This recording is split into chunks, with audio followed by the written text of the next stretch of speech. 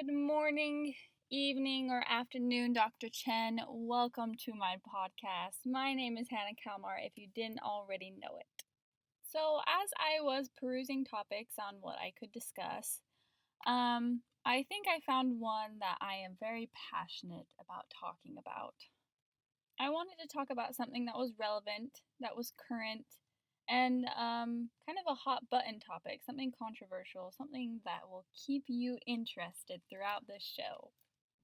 So, without further ado, I am talking about the honor code today and the controversy in recent light of the honor code stories page. I will format the show in the sense that I will just begin talking about my perceptions of the honor code, my personal experiences, and then I will go on to discuss stories from the honor code stories page and just recent news surrounding that topic. So, I do want to state beforehand that I love BYU. I love BYU Hawaii. I'm so grateful to be part of such a diverse university and to have so many educational opportunities that pertain to this school. But I will be kind of ragging on the honor code a little bit. That is not to say I don't like all parts of it. I think some parts of it are very important, and but I just think that overall there needs to be a change with the honor code. So, my perceptions and my beginning thoughts about the honor code before I even came to the university were already kind of negative. I knew that it was kind of a system that was in place just to kind of keep people in check. It wasn't really to promote the ideals of the church, it was to control. That's the sense of what I thought it was in the beginning. I knew that applying to BYU Hawaii, I would struggle with some aspects of it. So I applied, I got in, I signed the honor code. I thought I knew what I was getting myself into. I was a little nervous on how they would enforce it, how strict it would be. I've heard from many people that the BYU Hawaii campus was the least strict out of the honor code, and I'm kind of more talking in the dress code sense. I don't really have trouble following the other ideals and rules of it, but definitely the dress code is hard for me. I grew up in a hot desert in the summer. I wore tank tops and short shorts, and I think that's something I probably should work on as a member of the Church of Jesus Christ of Latter-day Saints. Modesty is sometimes hard for me. So I think it's safe to say I was just a little bit scared on how rigorous they would be with attending to the policy. So flash forward to my first day on campus. I'm just moving in. My brother, my sister, and my mother came and flew me out. And I stepped into the RA's office in Holly 2 because it was my first semester and I'm supposed to room on campus. So before I even really got a word out with the RA, I was just looked up and down, and it caught me off guard. I was like, "Oh my gosh, what is she looking at? Am I this tall?" People find my height distracting sometimes.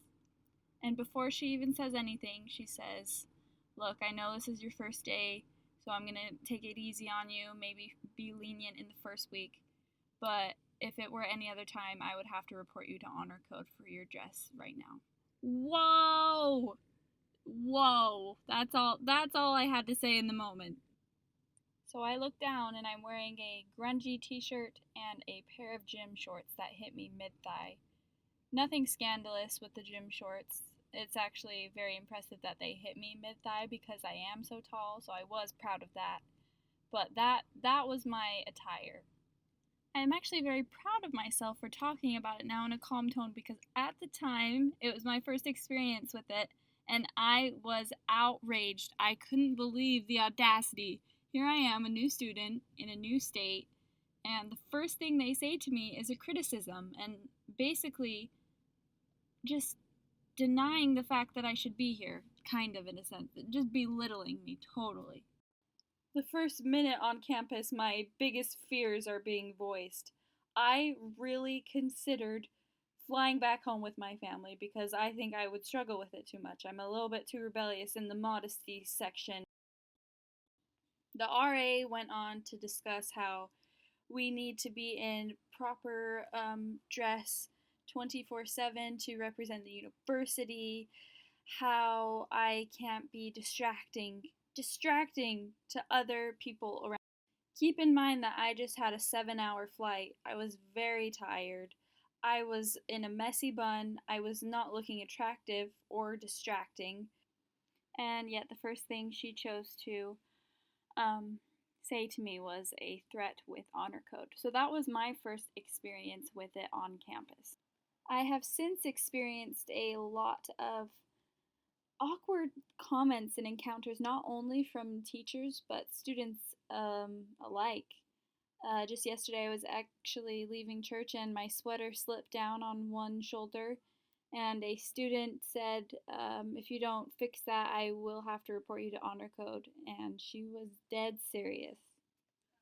It's funny because actually, in the first 2 months of my time at BYU Hawaii, I was definitely more against it, and especially vocally with maybe my friends. I'm just like, man, it fosters a negative atmosphere. People are scared to walk around in a tank top, or they're scared to even go to their bishop to repent because they're afraid the honor code will catch wind of whatever they're talking about and kick them out. It's just it goes against everything that the church stands for with love and forgiveness and acceptance of others. I walk around campus, and if I'm wearing anything remotely short on me, I just feel like I'm being judged and given the double look. It's actually terrifying to walk around campus when you're not in dress code. As time has passed and I have had lots of months at BYU Hawaii, I've realized that honor code really is just targeted towards women and their dress and what they wear. It's more of to control the woman so that the men can be in control of themselves. They're not in control of their own thoughts and behaviors. It's all placed on the woman. And all the guys, they get let off easy. I'm in the gym working out in leggings and a long sleeve shirt in Hawaii in the heat, and a guy walks in with short shorts on, but it's okay because it's not distracting because it's a guy. And I can't get let into the cafeteria if my dress doesn't go past my knees, but a guy can wear, again, short shorts because he is not sexualizing his body or he's not putting himself out there that way. It's it's so disturbing how many of the guys I've seen around campus get away with tank tops and shorts, but I get stopped no matter what if I'm running to my car in a tank top or gym shorts even. So, yes, there have been some crazy stories with the Honor Code office, how they conduct themselves, what I've heard here on the BYU Hawaii campus. But most recently, there has been an Instagram page called Honor Code Stories, I believe. So basically, it is a page dedicated to kind of outing or giving a platform to these students who have been oppressed in a way by the Honor Code office. It's definitely interesting to note that this is happening at a time in the Me Too movement in the Trump era as well. It would be an interesting study to see how that correlates, how this Me Too movement, how these women who have been sexually harassed are coming forward. And it's in a sense the same in this Latter-day Saint world. These people who are oppressed by the honor code are coming forward, telling their stories, and others are coming forward as well. So the bio of the page reads, "We support the church and we support BYU, and we created this platform to promote positive change within BYU's Honor Code office." Well, this page completely exploded. Everybody was talking about it on the BYU Hawaii campus. Friends back in Provo, Utah were going on about how campus was just a riot. Everybody was talking about this page. So I'll just read a couple so you get an idea of what the posts are kind of about. This anonymous post says, "I was called into the honor code for getting in trouble with an ex-boyfriend. We didn't have sex, but we went further than we should have. We immediately broke up the day it happened, and I told my bishop, who said that I was forgiven and should put it in my past. I never saw the boy again, and I still haven't, but almost a year later the honor code office called me.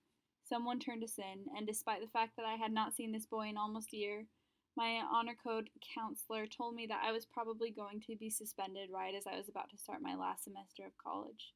I don't even feel comfortable typing the sexually explicit questions that she asked me. I couldn't understand why my bishop didn't ask questions that were nearly this explicit. I also couldn't understand why my bishop had helped me get through the repentance process, but here I was having to go again, drag out these painfully guilty feelings in front of a stranger I had never met before. Another anonymous post says, "Coming back to BYU has been terrifying. I'm constantly afraid that someone will report me for the things that I have done in my past and fully repented of. I am so scared to mess up because if I do, I have no one to help me through it. Because of the Honor Code office, I don't feel comfortable going to my ecclesiastical leaders or using any university counselors. Instead of helping me live a better life, grow to love the atonement, and grow closer to Christ, I feel as though I have to hide who I am until I have my diploma in hand." Not only are these submissions just from students or alumni, some of them are actually from people who are employed by BYU. This one reads, "I've known for a long time from both family and personal friends that the BYU Honor Code office was abusive and frankly out of control, but with no real ability to effectuate any change, there was nothing I felt I could do. The implication from the university statement that these issues are between the students and the leadership of the Honor Code office is ludicrous and a complete cop-out by the very administration that has for years turned a blind eye and deaf ear to the pleas of so many who were so badly treated by BYU through its Honor Code office. Reading the many stories this week that echo the stories of which I have personal knowledge brought feelings of sadness, embarrassment, and even anger at the scale of abuse and arrogance manifested by the Honor Code office. The time has come for the administration to take control of Honor Code and put an end to practices that are so fundamentally unchristian. These practices stain the name of BYU and the church. I work at BYU. Sad to say I need to post this here because I don't trust them." I think it's easy to gather that based off of these three submissions that this page is huge. It's very emotional and it's very heart-wrenching to read some of these stories. There have been multiple posts on how students still stand by the code and they defend it. It's one of the many reasons why some people are attracted to BYU. They like to be around people who have high standards, but they also say that the system ought to be more forgiving.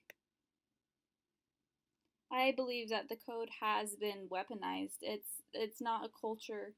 Nobody talks about the honor code on campus because they're terrified. It's not the culture you need at a religious university. Carol Jenkins, a university spokesman, said that the school was aware of the honor code discussions online, and in the statement she said that these messages are leading to constructive dialogue between students and the leadership of the honor code office. This is definitely not the first time that the university has faced criticism for how the code has been enforced. I have experienced reading articles in the past or hearing stories in the past of similar experiences to this Honor Code Stories page, but this is definitely one of the bigger movements that I've heard of. More discussion is happening on campus than ever. After BYU drew outrage for punishing sexual assault victims who were found to have violated the Honor Code in the past, the school did implement the amnesty policy in 2017, granting confidentiality to victims and ending the practice of punishments for related infractions like drinking or entering a bedroom belonging to the member of the opposite sex. According to the Honor Code, all credible violations are investigated, and it's a process that includes university staff members reviewing evidence and speaking with the witnesses. Punishments aren't standardized, the university has said, but instead are based on individual judgment calls and reviewed by a committee. So on April 8th, there was a rally, which is a rare occurrence at BYU. The organized protest consisted of roughly 500 students, and they gathered and waved signs below the backdrop of the mountain emblazoned with the school signature Y. It was very picturesque in a sense, and there were chants of bring honor to the honor code, and we have a voice. Students also broke out into church hymns singing, "As I have loved you, love one another." So that is what is the current situation. I haven't heard of any new updates with any new announcements from the honor code, and so for now, this is what's happening. The honor code stories page is still posting regularly, but I would argue that maybe popularity with the topic has gone down. It's definitely still being talked about, but the last post was made 2 days ago, and when the page was first created, they were firing out posts probably every hour, 30 minutes or so. So, where do we go from here? There has been protests or a rally, there has been an Instagram page, there has been increased popularity with dissatisfaction with the code. So, what goes on from here? And if you are so adamantly against some parts of the honor code, Hannah, why don't you present something they could do? So, here is where I will end with my thoughts on what they should do to change the stigma surrounding honor code at BYU. If the church wants more members, if they want BYU to be more of an example for other universities, then they should create an environment that does promote the ideals of the church without these negative consequences and this threatening behavior 24/7. The idea is to hide yourself until you graduate, to hide any imperfections and flaws until you graduate, and then you can be who you want to be, because if you are who you are in college and if you make mistakes, you are going to get kicked out. I don't blame students who don't go to their bishops to repent because they're too afraid.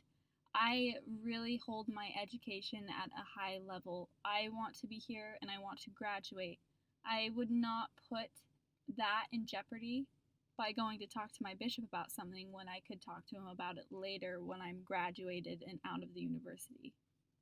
The BYU does not teach students how to cope with mistakes. They're expected to be perfect. This pressure that is placed on students and people who enroll is just outright ridiculous. Not only that, but people are encouraged to come forward to honor code to report if they see any suspicious behavior, if they see any scandalous posts, anything like that. This just astounds me that we are reinforcing this idea of tattletelling, how you should be judging your peers to see if they're doing something wrong so that you can be surrounded by people who are perfect. One of the fundamental aspects of our religion is that people are not perfect, but through Christ and through the gospel you can be. That is not taught on campus, not whatsoever. What is taught is that you should be perfect 24/7 and that you should always be on top of your game, never making mistakes. I am very selective about who I let follow me on social media and who I associate with on campus because I know of a lot of people who report others. It's a toxic environment to be around, and at times I sit in my room and I am drained because I feel like I'm being watched constantly. I feel like I'm being judged, and I just feel like I am never enough. I didn't come to school to have these feelings. I came to school to learn and to get closer and learn more about my religion. So I propose that with honor code, they become more lenient on it. I'm not saying to abolish the honor code completely, but I am proposing that there should be expectations that the university has on how you should be, how you should act. But it is your choice as a student to follow through with it. The church is all about agency, and I think that would be a great learning and practical use for members if they are given something, if they are given these guidelines and say, hey, it's your choice to follow it. This is what we would like to expect out of our students, but we understand that things aren't perfect. Nobody should be reporting each other. It should be solely based on how you feel as a student, if you feel you are worthy to be here, if you are following guidelines. If you think your behavior is completely out of line, then there should be an honor code office that you go to and that you get help from. But no one should be expelled for behavior like slipping up and smoking weed or drinking alcohol. That should not be a thing. College is definitely a time where people are figuring out who they are. They're also being more tempted. They're experiencing a wide range of opportunities that they didn't have in high school. Ultimately, what the honor code does is it prolongs bad habits. For the future, you will be more prone to lie in your relationships and hide things. And when you're out of college and you're exposed to drugs, alcohol, and sex, people go crazy because they are so brainwashed to think that if you do these things, you're going to have immediate awful consequences. And then when they try it and nothing does happen, they realize and they question everything they've been taught before in their lives. Yes, the honor code is in place to keep students safe. I completely agree that it keeps me out of a lot of situations that are scary and that could have harmful effects on me. That is why I believe that the honor code should be still a part of BYU. It is fundamental and it is almost a cultural, historical thing, but there are many aspects that need to be changed. They could promote so much love and positivity within the church and towards non-members if they fix this crucial, debilitating, toxic behavior in the honor code. Well, that puts an end to my show, Dr. Chen. Thank you for listening and thank you for a lovely semester. I really learned a lot and I'm very grateful for how hard you pushed me. I learned the most in your class and I am grateful for that. So I will see you in a future class and I hope you have a lovely break. Audio Jungle.